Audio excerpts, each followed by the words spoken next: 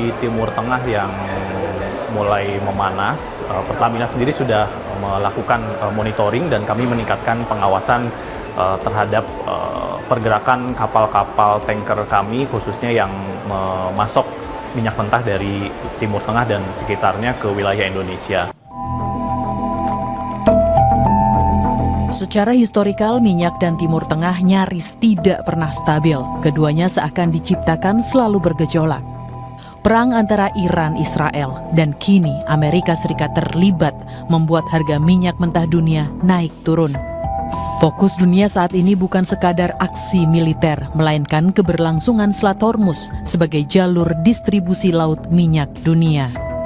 Ancaman Iran menyerang Hormuz jika terrealisasi dipastikan mengacaukan dunia, termasuk Indonesia sebagai net importir minyak. Ini adalah peta Selat Hormuz, letaknya sangat strategis di Timur Tengah.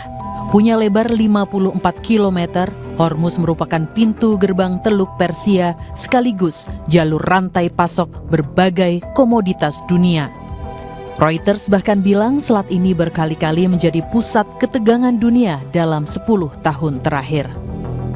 Pakai data Badan Energi Internasional pada tahun 2023, minyak mentah yang diangkut melewati Selat Hormuz rata-rata 20 juta barel per hari. Volume ini hampir 30% dari total perdagangan minyak dunia. Sekitar 70% minyak mentah itu ditujukan ke negara-negara di Asia seperti Tiongkok, India, dan Jepang yang merupakan pembeli terbesarnya. Hormuz juga merupakan jalur ekspor bagi 20% gas alam cair dunia. Indonesia sebagai net importir minyak lewat Pertamina juga sudah mengantisipasi jika Selat Hormuz diganggu perang. Beberapa jalur alternatif akan ditempuh sebagai antisipasi. Ya, jadi terkait dengan situasi konflik di Timur Tengah yang mulai memanas, Pertamina sendiri sudah melakukan monitoring dan kami meningkatkan pengawasan terhadap pergerakan kapal-kapal tanker kami, khususnya yang memasok minyak mentah dari Timur Tengah dan sekitarnya ke wilayah Indonesia. Melalui Pertamina International Shipping, kami juga sudah mengecek dan sudah memastikan bahwa seluruh kapal yang melewati rute internasional saat ini dalam kondisinya aman, sehingga pasokan masih berjalan dengan normal. Pertamina juga sudah memitigasi dan merencanakan sejumlah rute alternatif jika memang nanti eskalasinya akan meningkat. Sejak perang pecah di Iran karena Israel, harga minyak mentah dunia melesat ke atas $70 Amerika Serikat per barel dari sebelumnya di level 60-an dolar. 23 Juni 2025, harga minyak sedikit melandai karena Presiden Amerika Serikat Donald Trump mengumumkan gencatan senjata setelah pangkalan militer Amerika di Qatar diserang Iran. Minyak yang langsung landai setelah pernyataan Trump juga membuktikan pergerakan harga komoditas ini tidak hanya dipengaruhi oleh stok dan permintaan, melainkan oleh persepsi. Inilah yang harus diwaspadai Indonesia. Beruntungnya harga minyak dunia jenis Brent yang jadi acuan Indonesia belum melebihi asumsi APBN di level $82 Amerika Serikat. Tahun lalu minyak mentah Indonesia atau ICP bergerak di level $70, sedangkan Mei 2025 di level $62 Amerika Serikat per barel.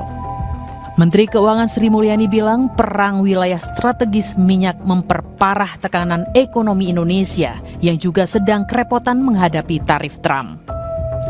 Ditambah dengan berbagai kebijakan-kebijakan makro, terutama di bidang fiskal negara-negara maju, dan kemudian ditambah dengan kondisi geopolitik dan security yang sangat negatif, menegang dan bahkan sudah pecah perang yang menimbulkan kemudian ketidakpastian komoditas, supply chains.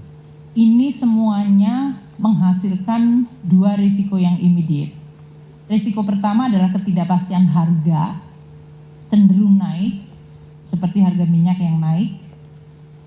Namun di sisi lain, dari sisi perekonomian global akan cenderung melemah.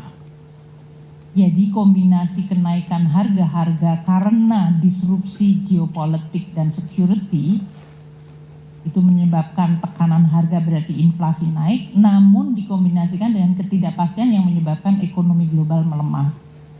Itu kombinasi yang harus kita waspadai karena tidak baik. Perlemahan ekonomi membuat dampak yang buruk, kenaikan inflasi dan kemudian menimbulkan kenaikan yield, apakah karena adanya geopolitik atau karena adanya fiscal policy. Kedua hal ini menyebabkan dampak kepada seluruh dunia termasuk Indonesia. Ini akan juga menggerakkan nilai tukar dan juga suku bunga global. Sebagai informasi, salah satu kilang terbesar di Indonesia yaitu Cilacap masih sangat bergantung impor atau suplai minyak mentah jangka panjang dari Saudi Aramco. Jika Selat Hormuz tutup, akses atau rantai pasok akan terganggu. Di satu sisi, kenaikan harga minyak setiap $1 Amerika Serikat juga membebani APBN sampai 10 triliun rupiah.